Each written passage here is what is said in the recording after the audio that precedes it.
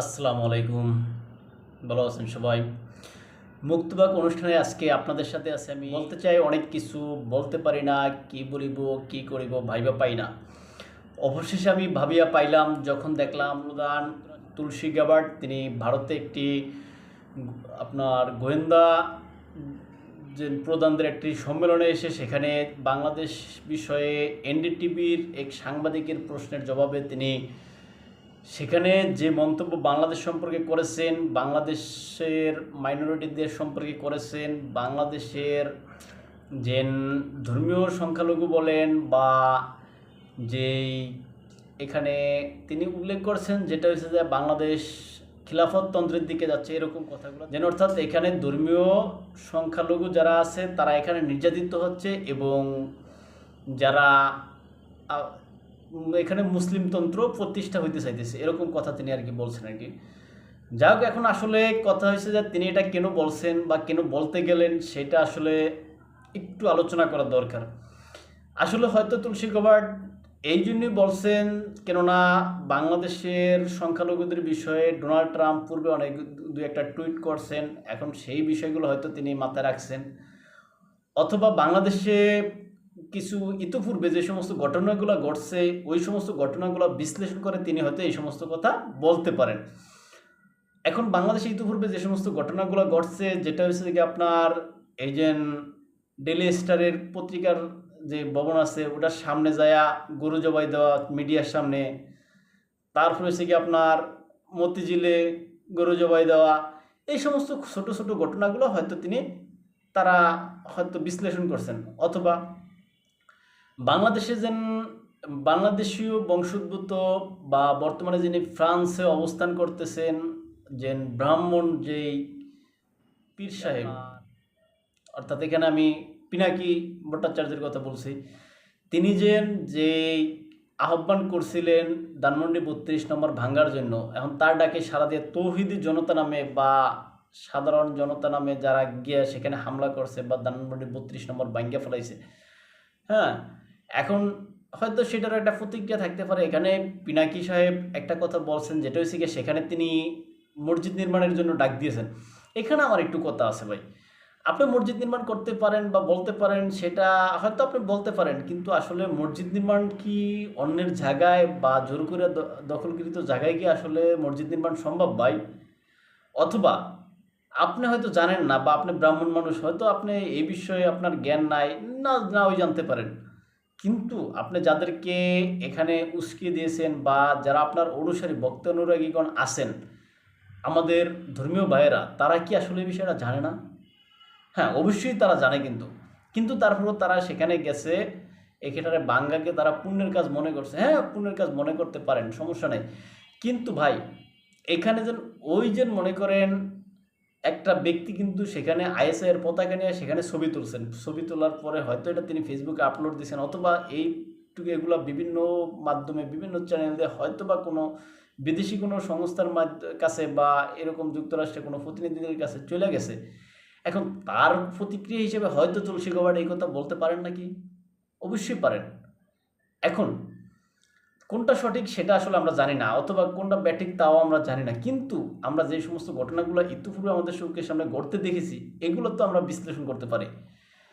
সেখানে এই যে যারা এই মানে আইএসআই এর পতাকা নিয়ে যে ব্যক্তি এখানে ছবি তুলছেন তিনি হয়তো এই সমস্ত ঘটনার সাথে জড়িতও না, যারা তিনি তৃতীয় কোনো পক্ষের ব্যক্তি, তিনি যিনি আইএসআই এর পতাকা নিয়ে ছবি তুলছেন এটা হয়তো তিনি উদ্দেশ্য প্রণোদিতভাবে তুলতে পারেন, কিন্তু তার বিরুদ্ধে কি আমাদের দেশের সরকার কোনো ব্যবস্থা নিয়েছে?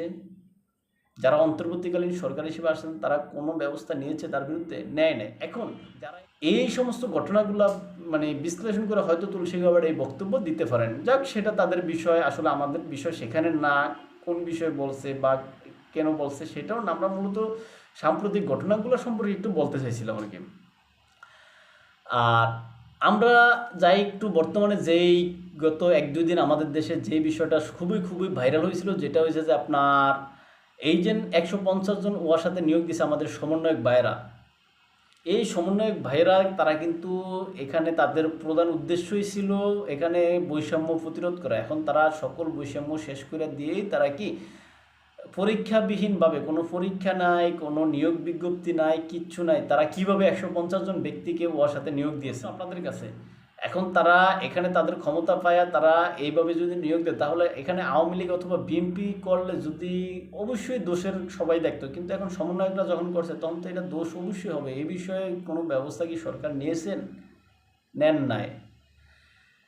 এখন এই যে সমন্বয়করা যে দল গঠন করছেন আপনার, সেখানে এই যে নাগরিক, জাতীয় নাগরিক কমিটি বা জাতীয় নাগরিক পার্টি, এরকম যে কোনো একটা দল গঠন করছেন তারা, সেখানে বসুন্ধরা গ্রুপ যেই ব্যাপক টাকা ফান্ডিং করছেন, এই ফান্ডিংয়ের টাকা যদি আওয়ামী লীগ অথবা বিএনপি নিত, তখন এই মানে আপনার যারা এই যে বৈষম্য বিরোধী ছাত্র আন্দোলনের পক্ষে থেকে আসছেন, তারাই কিন্তু এটা চাঁদাবাজি হিসেবে ধরতেন। আওয়ামী লীগ অথবা বিএনপি নিলে চাঁদাবাজি ভাই, কিন্তু যখন আপনারা নিয়েছেন, আপনারা এই যে এই ফান্ডিংটা নিয়েছেন, তখন এটা কিন্তু চাঁদাবাজি হিসেবে আপনারা বলেন না, বা এটা আপনাদের সমর্থকরাও বলে না।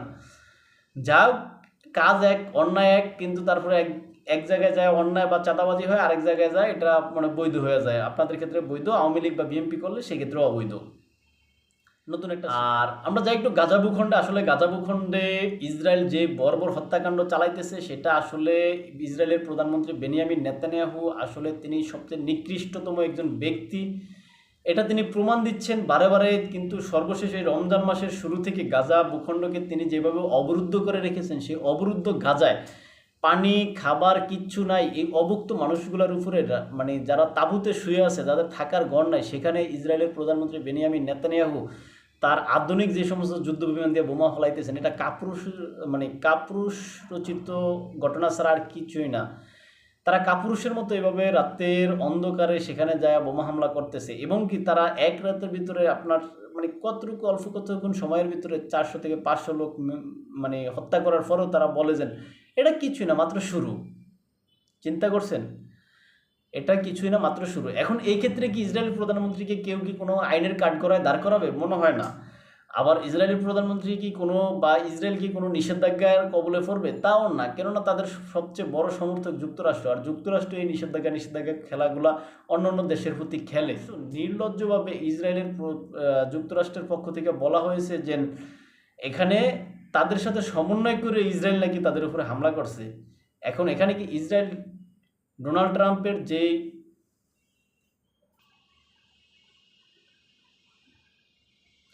হয়তো ইসরায়েলের প্রধানমন্ত্রী, যুক্তরাষ্ট্রের প্রেসিডেন্ট মিস্টার ট্রাম্পের যে প্ল্যান আছে, তিনি গাজাকে স্বর্গ বানাইবেন, এখানে তিনি লস অ্যাঞ্জেলসের মতো একটা বিনোদন কেন্দ্র বানাইবেন, এরকম প্ল্যান আছে। আর এই প্ল্যান বাস্তবায়ন করতে যায় তিনি যে যেই সমস্ত আরব নেতাদের বা আরব কমিউনিটির মুখে পড়ছেন বা বিরোধিতার মুখে পড়ছেন, এখান থেকে বাঁচার জন্য তিনি হয়তো ইসরায়েলকে এখানে ব্যবহার করছেন। কেননা আমরা ইতিপূর্বে দেখেছি তিনি এই গাজাবাসীদেরকে মিশরে যেতে গিয়ে মানে চলে যেতে বলছেন, আবার সৌদি আরবে চলে যেতে বলছেন, অবশেষে তারা যখন আবার কেউ জর্ডানে চলে যেতে বলছেন। এখন অবশেষে এই সমস্ত দেশগুলো যখন তার এই প্রস্তাব রিজেক্ট করে দিচ্ছে, তখন তিনি তার পরিকল্পনা থেকে সরে না গিয়ে তিনি সেখান থেকে আফ্রিকায় চলে গেলেন। অর্থাৎ আফ্রিকার কিছু কিছু দেশে তিনি এই সমস্ত গাজার বাসিন্দাদেরকে নেওয়ার জন্য তিনি অনুরোধ করলেন বা এখানে তাদেরকে আহ্বান জানালেন। কিন্তু তারাও যখন প্রত্যাখ্যান করে, তখন তিনি ইসরায়েলের প্রধানমন্ত্রী হাইনো নেতানিয়াহুকে তিনি এখানে লেলিয়ে দিলেন যে তুমি যত ইচ্ছা মারতে পারো, এক্ষেত্রে আমার যত সহায়তা তুমি পাবা। হয়তো মিস্টার ট্রাম্প সেটাই করছেন, না হয়েছে যেইভাবে হত্যাকাণ্ড এখানে ঘটতেছে, মানে অসময় একটা যুদ্ধ, যেখানে এক পক্ষ একদম নিরীহ যারা মানে যাদের পেটে খাবার নাই, তারা আরেকদিকে আধুনিক অস্ত্রশস্ত্রের মানে আধুনিক যত অস্ত্রশস্ত্র আছে, ওই সমস্ত অস্ত্রে সজ্জিত বাহিনী কিভাবে এরকম নিরীহ লোকদের উপরে, যাদের পেটে খাবার নেই, তাদের উপরে এইভাবে নির্লজ্জ হামলা করে। আসলে সেখানে অসহায়ের মতো, কেননা মুসলিম বিশ্বের কাপুরুষোচিত যে সমস্ত নেতাগণ আছেন, তারা বড় বড় কথা বলেন এক এক সময়, কিন্তু আসলে তারা এই গাজাবাসীর জন্য কি করছেন? আপনার যাই তুরস্কের ক্ষেত্রে, তুরস্কের তো আমরা জানি যে সামরিক ক্ষেত্রে তিনি ব্যাপক অগ্রগতি করে ফেলাইছেন। আজকে তুরস্কে গাজাবাসীর জন্য কি করছে? বরংস তারা আরও করতেছে কি, এই ইসরায়েলের সাথে বাণিজ্য সম্পর্ক তারা বৃদ্ধি করে চালাইতে মানে রাখছে। এমনকি সিরিয়া থেকে যে সমস্ত সংগঠনগুলো এই যে আপনার এই গাজাবাসীর পক্ষ হয়ে যে সমস্ত কার্যক্রমগুলো ইসরায়েলের বিপক্ষে করতো, এই তুরস্কের কারণে তারা বর্তমানে নিষ্ক্রিয় অবস্থায় আছে। তারপরে যে কি আমরা যাই লেবাননে একই অবস্থা, যে সমস্ত প্রতিরোধকগুলো গাজাবাসীর পক্ষে সমর্থনে দু একটু মানে হুমকি দামকি দিত, তারাও আসলে নিষ্ক্রিয় অবস্থায় আছে। তারপরে হচ্ছে গিয়া হুতিদের উপরে যেভাবে হামলা করে তাদেরকে নিষ্ক্রিয় করে রাখছে, তা তো আসলে আমরা সবাই জানি, দেখি। হ্যাঁ, মুসলিম বিশ্বের নেতাগণ শুধুমাত্র একটা দায়সারা বিবৃতি দিয়ে এখানে ক্ষান্ত হচ্ছে। তারা পারে না, তার সকলে এক হয়ে মানে যেন ইসরায়েলকে ওইভাবে কোনো পদক্ষেপ ইসরায়েলের বিপক্ষে নিতে পারে না এখনো। হয়তো এই শক্তি সামর্থ্য তাদের নাই, আর কবে হবে জানি না। এখানে আমরা 200 কোটি মুসলমান এখনো আমরা তাকে আছি আবাবিল পাখি আসবে কখন আমাদেরকে বাঁচাবে। অথচ ইহুদির সংখ্যা হয়েছে গিয়ে পৃথিবীতে মাত্র 93 লক্ষ। এই 93 লক্ষ ইহুদিদের বিপক্ষে আমরা 200 কোটি মুসলমান, তাও আবাবিল পাখির দিকে তাকায় আছি। আরে বেটা কাপুরুষ, এই আবাবিল পাখি আইসা পাথরের আগে তোর আর আমার বা আমরা আমাদের মুসলিমদের মাথায় মারবে। কেননা তোরা এতগুলো সংখ্যায়, আমরা এতগুলো সংখ্যায় থাকতেও কেন আমরা ইসরায়েলের বিপক্ষে দাঁড়াইতে পারি নাই? আমাদের মুসলিম বিশ্বের নেতাগণ কিভাবে হাসরের ময়দানে আল্লাহর সামনে দাঁড়াইবেন? তারা কিভাবে বলবেন যে এই যে অসহায় গাজাবাসী যেভাবে নিরীহ ছোট ছোট শিশুদেরকে মারা হচ্ছে, সেখানে এই অসহায় শিশুদের করুণ আত্মচিৎকার, এগুলা কিভাবে তারা সেখানে গাজা মানে হাসরের ময়দানে আল্লাহর সামনে দাঁড়ায় এগুলার তারা যখন দিবে, সাক্ষ্য দিবে, তখন মুসলিম বিশ্ব নেতাগণ কোথায় মুখ লুকাবেন? পাবেন কি কোনো মুখ লুকাইতে? পারবেন না। অসহায় গাজাবাসীগণ কার কাছে তাদের এই অভিযোগ দিবে? বর্তমানে দেওয়ার মতো কেউ নেই। তারা হয়তো পরপারে মহান রবের নিকট এই অভিযোগ পেশ করার জন্য তারা সকল কষ্ট নিজেদের বুকে হয়তো জমা করে রাখছেন। আজকে এই পর্যন্ত, দেখা হবে হয়তো অন্য কোনো ভিডিও নিয়ে, অন্য কোনো টপিক্সে। ভালো থাকবেন সবাই। আসসালামু আলাইকুম।